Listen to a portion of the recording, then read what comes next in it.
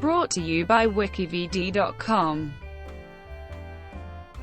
Benny Hill. Alfred Hawthorne. Benny Hill was an English comedian and actor, best remembered for his television program The Benny Hill Show, an amalgam of slapstick, burlesque, and double entendres in a format that included live comedy and filmed segments with him at the focus of almost every segment. A prominent figure in British culture for nearly 4 decades, his show proved to be one of the great success stories of television comedy. Among the most watched programs in the UK, the audience peaked at over 21 million in 1971. The show generated impressive revenues for Thames TV, and remains a cult series in much of the world long after Hill's death. Early life. Alfred Hawthorne Hill was born on the 21st of January 1924 in Southampton, on the south coast of England. His father, Alfred, and grandfather, Henry, had both been circus clowns. After leaving school, Hill worked at Woolworths as a milkman, a bridge operator, a driver, and a drummer before becoming assistant stage manager with a touring revue. He was called up in 1942 and trained as a mechanic in the British Army. He saw action as a mechanic, truck driver and searchlight operator in Normandy after September 1944, and later transferred to the Combined Services Entertainment Division before the end of the war. Inspired by the star comedians of British music hall shows, Hill set out to make his mark in show business. For the stage, he changed his first name to Benny, in homage to his favorite comedian, Jack Benny. Career. After the Second World War, Hill worked as a performer on radio. His first appearance on television was in 1950.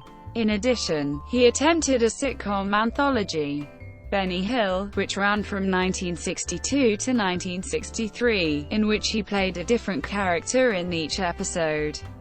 In 1964, he played Nick Bottom in an all-star TV film production of William Shakespeare's A Midsummer Night's Dream. He also had a radio program lasting for 3 series called Benny Hill Time on BBC Radio's Light programme from 1964 to 1966.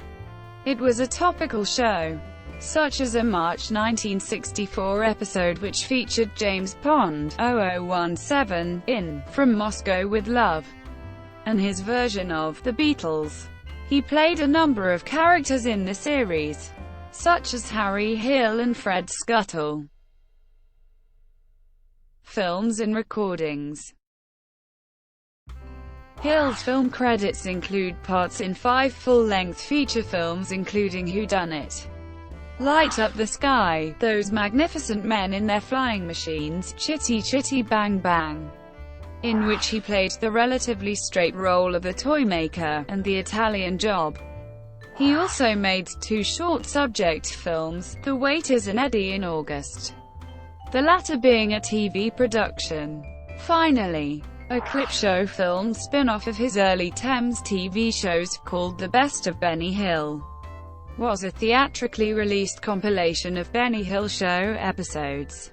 Hill's audio recordings include Gathering the Mushrooms, Pepys's Diary, Transistor Radio, Harvest of Love, and Ernie, which was the UK Singles Chart Christmas #1 single in 1971. He also appeared in the 1986 video of the song, Anything She Does by the band Genesis. The Benny Hill Show. Hill had struggled on stage and had uneven success in radio, but in television he found a form that played to his strengths. The Benny Hill Show had a music hall-derived format combining live on-stage comedy and filmed segments, and its humor relied on slapstick, innuendo and parody. Recurring players on his show during the BBC years included Patricia Hayes, Jeremy Hawke, Peter Vernon, Ronnie Brody, and his co-writer from the early 1950s to early 1960s, Dave Freeman. Short, bald Jackie Wright was a frequent supporting player, who in many sketches had to put up with Hill slapping him on the top of his head. Hill remained mostly with the BBC through to 1968, except for a few sojourns with ITV station ATV between 1957 and 1960 and again in 1967. In 1969, his show moved from the BBC to Thames Television, where it remained until cancellation in 1989, with an erratic schedule of one-hour specials. The series showcased Hill's talents as an imaginative writer, comic performer and impressionist. He may have bought scripts from various comedy writers but, if so, they never received an on-screen credit. The most common running gag in Hill's shows was the closing sequence, the run-off, which was literally a running gag in that it featured various members of the cast chasing Hill as part of the chase, along with other stock comedy characters such as policemen, vicars, and old women. This was commonly filmed using undercranking camera techniques, and included other comic devices such as characters running off one side of the screen and reappearing running on from the other. The tune used in all the chases, Boots Randolph's Yakety Sax, is so strongly associated with the show that it is commonly referred to as the Benny Hill theme. It has been used as a form of parody in many ways by television shows and a small number of films. The Wachowskis used the same style in a scene in the film V for Vendetta. It also appears in the cult film The Gods Must Be Crazy. From the start of the 1980s, the show featured a troupe of attractive young women, known collectively as Hill's Angels. They would appear either on their own in a dance sequence, or in character as foils against Hill. Sue Upton was one of the longest-serving members of the Angels. Jane Leeves appeared as well. Henry McGee and Bob Todd joined Jackie Wright as comic supporting players. And the later shows also featured Hill's Little Angels, a group of cute children including the families of Dennis Kirkland and Sue Upton. The alternative comedian Ben Elton made a headline-grabbing allegation, both on the TV show Saturday Live and in the pages of Q magazine, that the Benny Hill Show was single-handedly responsible for the incidences of rape in England during the period in question, and also suggested the program incited other acts of violence against women. But a writer in the Independent newspaper opined that Elton's assault was like watching an elderly uncle being kicked to death by young thugs. Elton later claimed his comment was taken out of context, and he appeared in a parody for Harry Enfield and Chums, Benny Elton, where Elton ends up being chased by angry women, accompanied by the Yakety Sax theme, after trying to force them to be more feminist rather than letting them make their own decisions.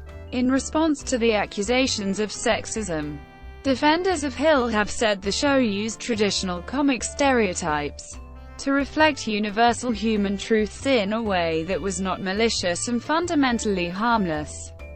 Hill's friend and producer Dennis Kirkland said it was the women who chased Hill in anger for undressing them, all of which was done accidentally by some ridiculous means.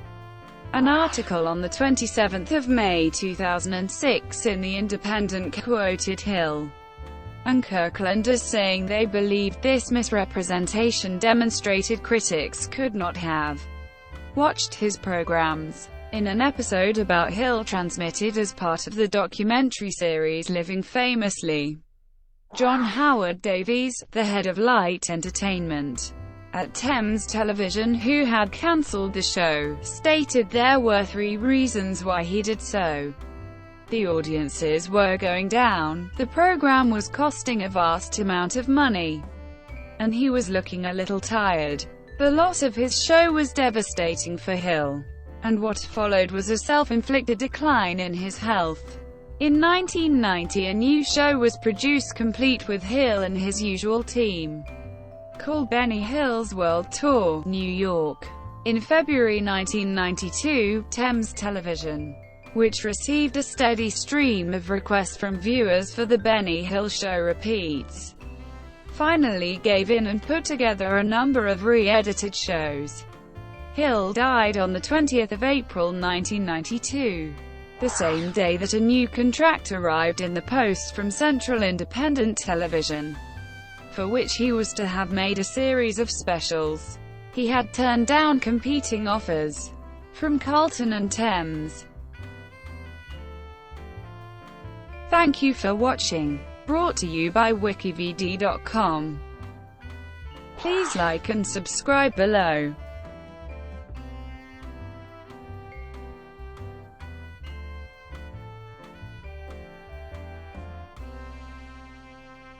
Please like and subscribe below.